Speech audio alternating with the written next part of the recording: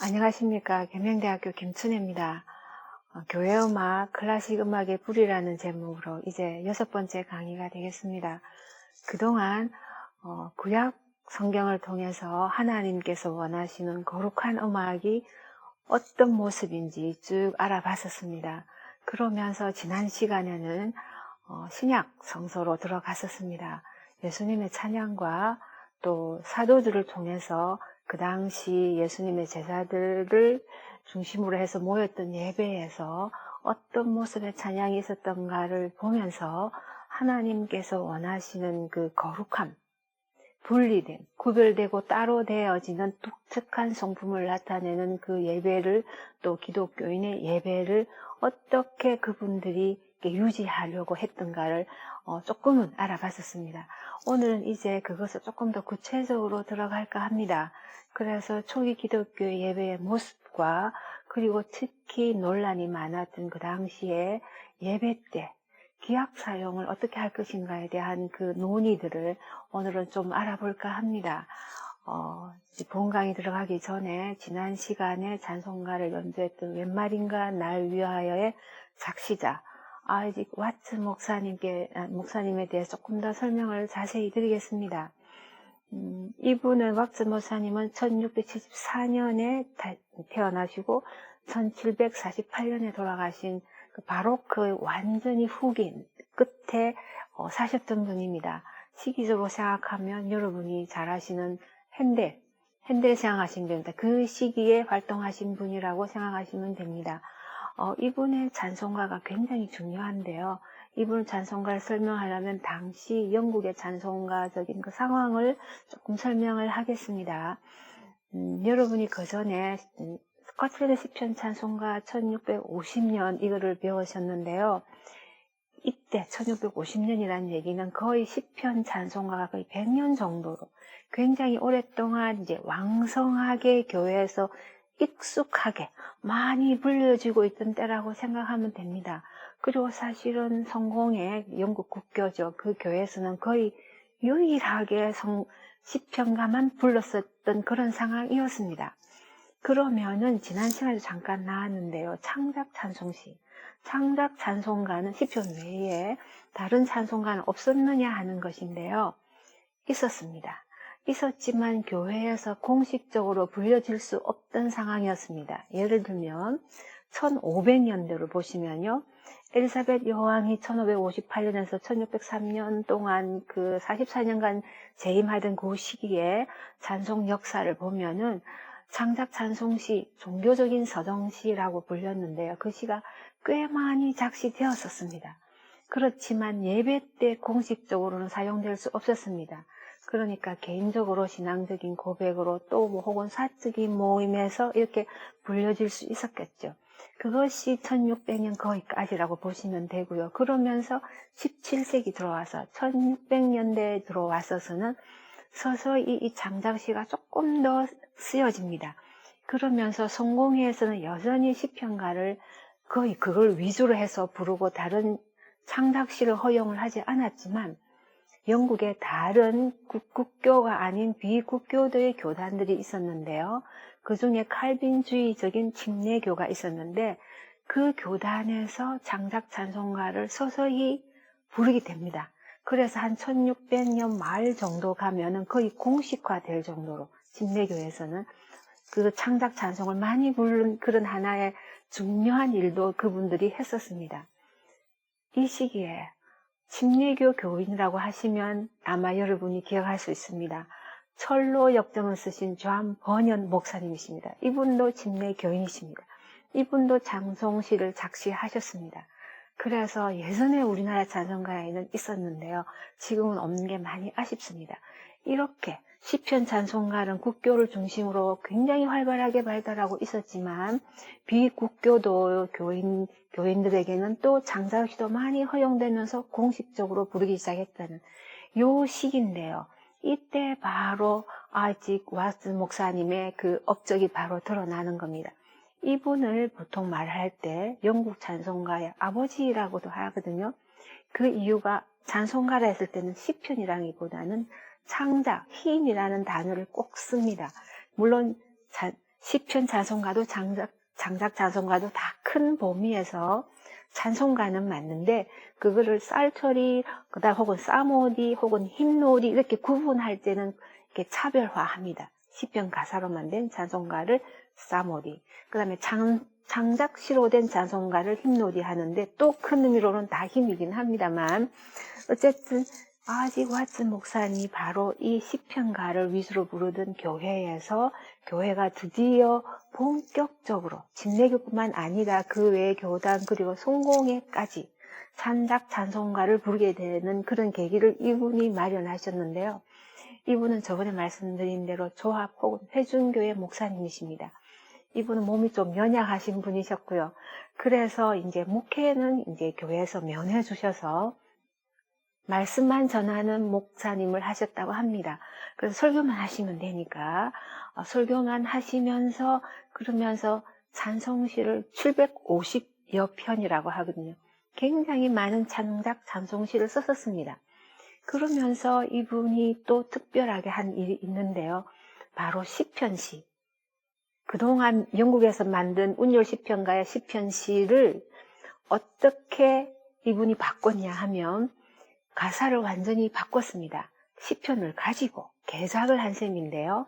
복음적인 언어로 바꾼 것입니다. 예를 들면 시편은 하나님께 찬양하는 거잖아요. 하나님께 여호와를 찬양하라 이렇게 되어 있는데 아니면 하나님의 구원이 이렇게 하나님의 역사가 이렇게 시편이 되어 있다면 이분은 하나님 대신에 예수님 혹은 그리스도 아니면 십자가의 구원 이렇게 시편을 복음적인 단어를 넣어서 개작을 한 것이죠. 그래서 사실은 핍박은 받았습니다. 시편을 가지고 바꾸니까 추억도 되기도 하고요. 핍박도 받고 하긴 했는데 결국은 이게 굉장한 하나의 새로운 개념의 찬양을 할 수 있는 문을 열었다고 생각합니다. 그래서 이분이 시편 150편에 138편을 138개의 시편을 다 이렇게 복음적인 언어로 바꿔서 Psalm of David, 다윗의 시편 이렇게 해놓고 그 다음에 콤마해서 복음적인 해석으로 이렇게 써 있습니다. 이런 찬송집을 1719년에 찬송집을 만들어냈습니다. 그분의 40대인데요. 대단한 작업을 한 이런 것도 그분이 750여 편의 장작 찬송시를 쓴 것도 그런 영국 찬송가의 장작 찬송가의 문을 활짝 열은 분이라는 것이죠. 그러면서 발전에 큰 계기를 마련했기 때문에 영국 찬송가의 아버지라고 부르는 것 같습니다. 그래서 아까 시편을 아까 복음적인 언어라 했는데 예를 들면요. 대표적인 게 저희 찬송가에 있습니다. 기쁘다 구주 오셨습니다. 115장에 이것이 시편에서 왔다고 상상이 안 가시죠? 예수님이잖아요. 예수님께서 이 땅에 오셔서 구원을 주시고 다 찬양하여라 이렇잖아요. 근데 시편을 복음적인 해석으로 의역한 것입니다. 시편 98편입니다. 시편 98편은 새노래로 여호와께 찬양하라 이렇게 되는데요. 그 다음에 그 안에 들어가면 하나님의 구원을 선포하고 만 백성에게 알리고 만물이 하나님을 찬양하고 온 땅이 하나님을 찬양하고 그래서 바다에 있는 것과 그 다음에 파도가 박수친 손뼉 치는 그런 장면도 나오고요. 언덕들이 산들이 또 노래하는 것 악기 다 나옵니다. 이 모든 만물이 여호와를 하나님을 찬양하라 하는 그런 것이 시편 98편이거든요. 그런데 이것을 예수님의 구원, 하나님의 구원을 예수님의 구원 그리고 온 세상이 하나님께 혹은 예수님 찬양을 기뻐하고 경배하지 하는 복음적인 의역이죠.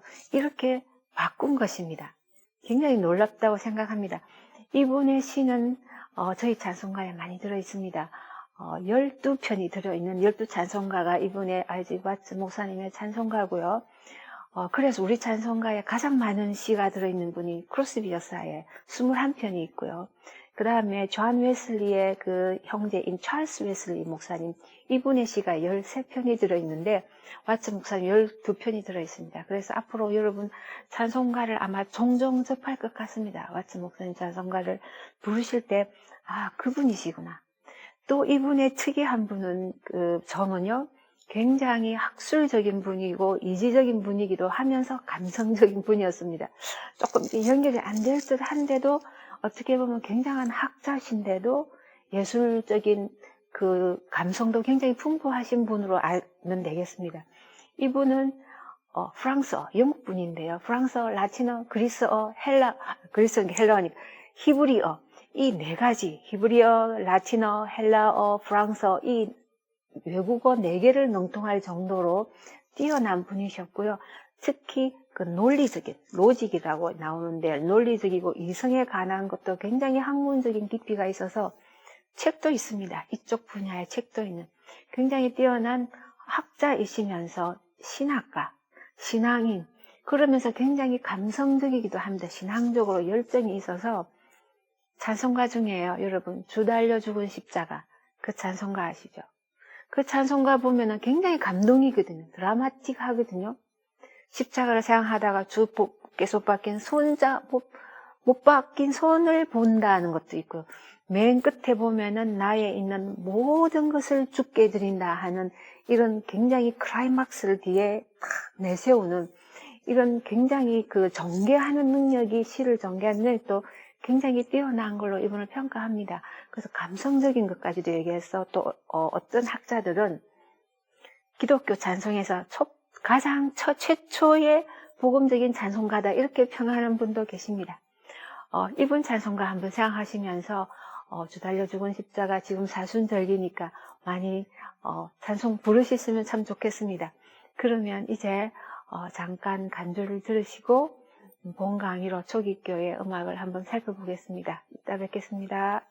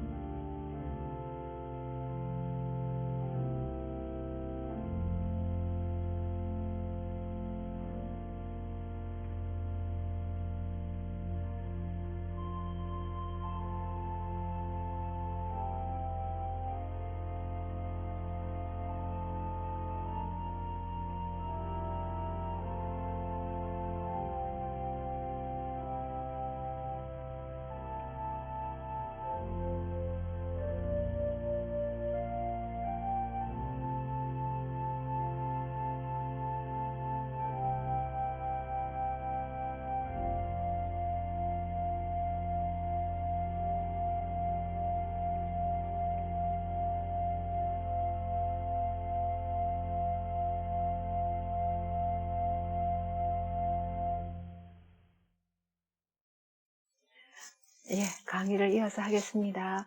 이제 초기 교회의 예배 모습과 기악 사용에 대해서 이제 알아볼까 합니다.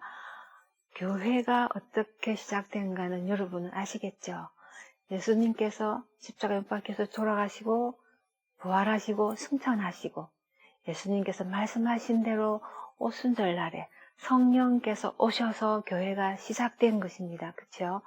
그래서 그 이후로 사도들을 통해서 제자들이 여러 지역에서 곳곳에서 혹은 집중적으로 어느 한 곳에 모여서 이제 예배를 드리기 시작했습니다. 그래서 그 초기 교회의 여러 가지 자료들을 보면은 예배의 모습들이 조금 더 구체적으로 드러납니다.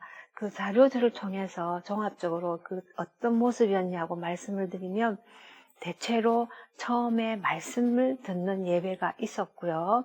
그 다음에는 이렇게 음식을 같이 먹었다고 합니다. 아가페라고도 하고 한국말로 번역하면 애찬, 러브밀 이렇게 하는데요.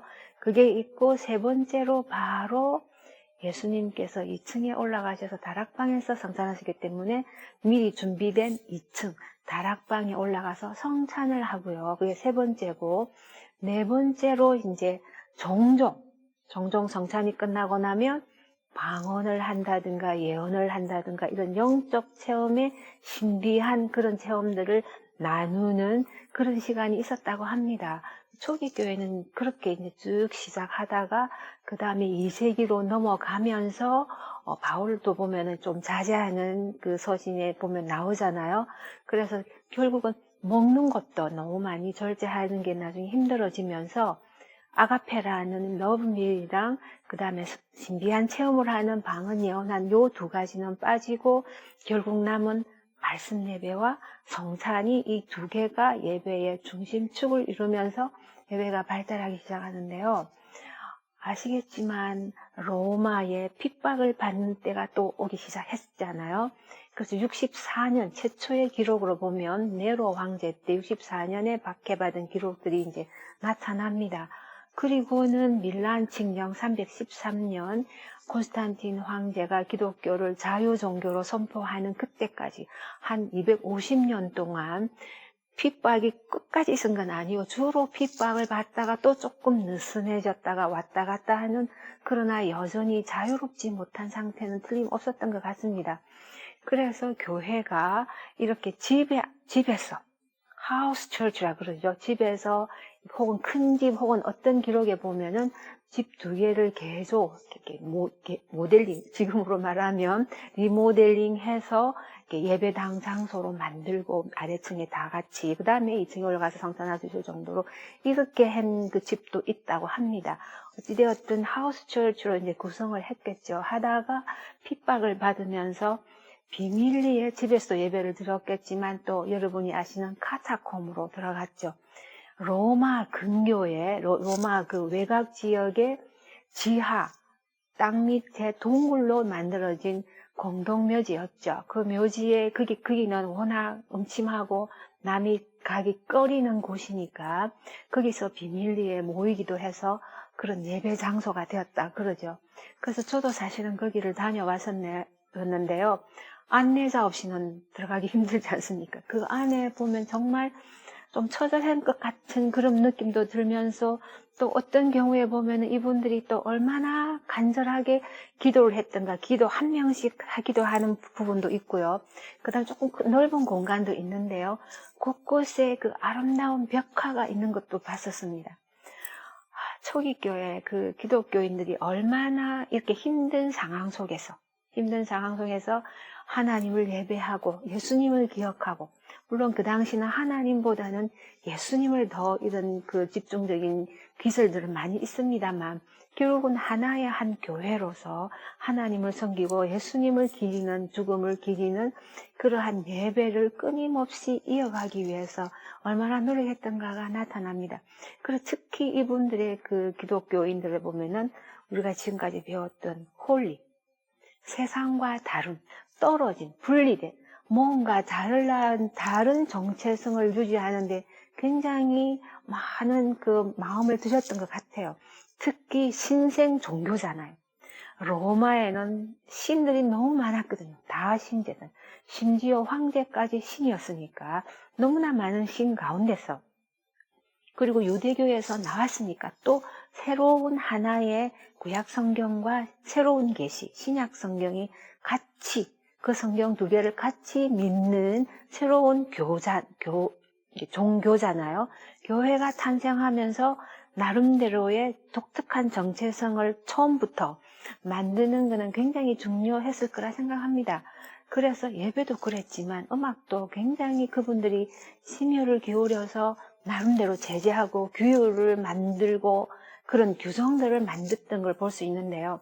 일단은 먼저 그 당시 예배에 대한 기록들이 그 1세기, 2세기에 걸친 예배 기록들을 3개만 소개하겠습니다. 첫째는 교회사 초기 보면은 클레멘트라는 2분이 계시는데요. 오늘 지금 말씀드리는 분은 로마의 클레멘트라는 분입니다. 이분이 고린도에 있는 성도들에게 보내는 편지, 예를 들면 바울의 서신 같은 셈이겠죠. 96년에 쓴 그 공고의 편지가 있습니다. 96년인데 이분 긴 편지에 보면은 예배에 대한 거 혹은 특히 기도, 굉장히 하나님을 찬양하는 예수님과 연관된 이렇게 찬양하는 그 잘 만들어진 지금의 아주 뛰어난 기도문처럼 그런 기도문이 있습니다. 그래서 저도 한번 읽어봤는데요. 그 기도문으로 유명하고요. 그 다음 이제 하나의 자료가 플리니라는 분인데 지금 터키 그 이스탄불 있는 그 위쪽 흑해와 가까운 지역입니다. 터키에서 그 비티니아라는 지역이 있는데 그쪽에 총독인 사람이 플린이라는 사람인데요. 이 사람이 이제 로마의 총독이었는데 그 로마 황제 트라이안 황제에게 자기가 이렇게 집정관으로 있는 총독으로 있는 그 비티니아 지역에 이제 이런저런 거를 상황을 보고를 하면서 그리스도인이라는 사람, 기독교인이라는 사람들이 모여서 어쩌고 저쩌고 이런 내용들이 있습니다. 그게 본의 아니게, 그분이 기독교인도 아니었지만 본의 아니게 기독교에 굉장히 중요한 초기 기독교 자료인데 그게 보면 그리스도인이라는 사람들이 해가 뜨기 전에, 새벽에 해가 뜨기 전에 모여서 찬양을 하는데요. 그리스도라는 신을 찬양한다. 그러니까 하나님을 찬양한다는 단어가 아니고 그리스도를 신으로 찬양하는 노래를 화답하며 불렀더라. 이런 기술이 있습니다. 그 중요한 기술이 바로 해 뜨기 전에. 그 다음에 그리스도라는 신을 그 다음에 찬양하는데 노래를 찬양했다는 게 있고요. 그 다음 노래하는 방법, 찬양하는 방법이 화답하며 이거를 학자들이 말하기를 교창이라고 합니다. 저번에 시편 교창 말씀드렸죠. 한쪽이 한 프레이즈 하면 다른 한쪽이 한 프레이즈 주고받고 하는 그 장법. 그래서 찬양하는 방법까지 또 언제, 그 다음 누구를 이런 의미가 이제 중요한 그 기술이 들어있어서 중요한 하나의 자료가 되고요. 그 다음에는 디데키라는 자료인데요. 130년에서 한 140년경에 있던 자료입니다. 뭐 지침서, 교리서 같은 그런 의미인데 디데키라는 거기에 보면 그 유대인들 중심으로 된 기독교인, 이방인들이 아니라 유대인 중심으로 된 기독교인들이 예배를 어떻게 드렸던가 하는 게 자세히 나와 있는데요. 그 중에 성찬에 관한 게 자세히 있다고 합니다. 이런 기록들을 통해서 어떻게 찬양했고, 어떻게 성찬을 했고, 무엇이 문제였고, 이런 것들을 적혀 있어서 중요한 이 시기에 한 2세기, 3세기까지 가면서 중요한 자료가 됩니다. 그 다음에 제가 말씀드렸던 바로 기약 사용입니다. 이 초기 교회 기약 사용은 정말 논란이 많았었습니다. 결론을 말씀드리면 기약을 반대했었습니다. 기약은 가능한 한 자제하고 엄격히 규제하고 사용하지 말기를 권했었습니다. 교회 지도자들을 그 대부분의 사람들이 가끔 가다가 정말 수금으로 기타라 같은 수금으로 이제 만약에 찬양할 수는 뭐 어쩔 수 없으면 할 수는 있겠다. 그렇다면은 그거는 10줄 비파면 좋겠다. 10줄이란 그 10줄 10의 의미를 10계명이 10이니까 이런 그 구절도 있습니다. 10줄 비파는 어쩌면 예외적으로 허용할 수 있을지는 모르겠다. 그렇지만 늘 부르지는 넓게 연주하지 말고 음을 한번 할 때 쫙 해서 피치 같은 걸 알려주고 어떤 느낌 이런 어쩌다가 이렇게 하는 정도지 그냥 막 우리가 일반적으로 사용하는 기교적인 이런 장식적인 반주나 연주 있잖아요. 그거는 금했었는데요. 그 외에 다른 학교는 전부 다 반대입니다. 그 제일 중요한 것이 바로 이교도들의 그 신들을 자기들이 제사를 지낼 때 혹은 그 다음에 악기를 많이 섞고 그 다음에는 자기들의 즐거움, 쾌락, 특별한 연회, 아주 우리가 말하는 세속적인 연회겠죠. 그런 연회 때 많이 사용했기 때문에 악기를. 그런데 악기를 사용하면 대체로 악기만 하는 것이 아니라 아주 그 이상한 지금은 뭐 난잡하다 할 수 있는 그런 춤을 추면서 또 악기도 많이 연주했다고 합니다. 그래서 악기는 다 금하게 되는 그런 의미를 우리가 이해할 수는 있는데요. 그 당시 금했던 그 여러 분들이 계시는데 제가 세 분만 언급을 하겠습니다. 아까 로마의 클레멘트라는 분을 제가 소개했었는데요. 그 이제 96년의 편지에서 이분은 알렉산드리아의 클레멘트입니다. 이분은 조금 더 이제 역사적으로 의미가 있는데요. 알렉산드리아는 그 아프리카 최저 북쪽에 그 지중해 마주보고 있는 데죠. 거기에 신학교 교장이시기도 했고요. 대단한 신학자셨는데요. 이분이 다음 시간에 찬송가도 있습니다. 찬송가도 소개할 텐데요. 이분의 악기에 대한 것입니다. 악기는 이분이 싫어했었습니다. 그러면은 이제 사람들이 묻겠죠. 구약 성경에는 하나님 말씀에 기약이 있는데요. 이렇게 말했을 때 이분은 그거는 구약 성경이다. 유대인들이 예배드렸던 구약 성경에 의해서는 기약은 있었지만 우리가 예수님 시대로 들어와서 신약과 구약을 함께 쓰는 기독교는 악기는 아니라고 생각한다. 이렇게 말을 했었습니다. 그 정도로 구분을 딱 하고 기약은 별로 필요치 않다. 별로 필요치 않다. 이것이었고요. 그 다음에 한 분이 또 유명한 분은 이분은 이제 물론 클레멘트는 이쪽으로 보신다면 그 콘스탄티노플이죠. 그 비잔틴 제국의 그쪽에 동로마, 서로마가 395년에 나뉘는데요. 동로마 쪽에 대주교신 크리소스툼이라는 분 계십니다. 이분의 글도 있는데요.